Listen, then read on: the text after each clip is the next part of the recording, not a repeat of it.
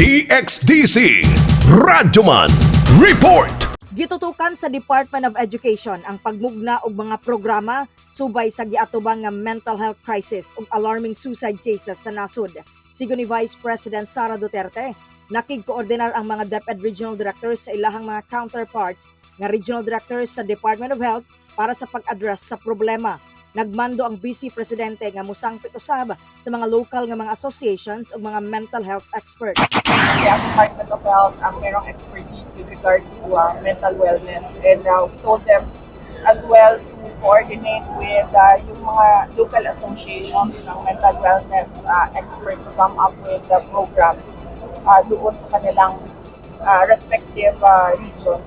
Niadtong Pebrero 2023, nga Senate hearing gibutyag ni DepEd Assistant Secretary Dexter Galban, musumada sa 404 young students sa nagkadaiyang parte sa Pilipinas ang namatay sa suicide, samtang nakatala og 2,147 suicide attempts niadtong academic year 2021 ngadto sa 2022.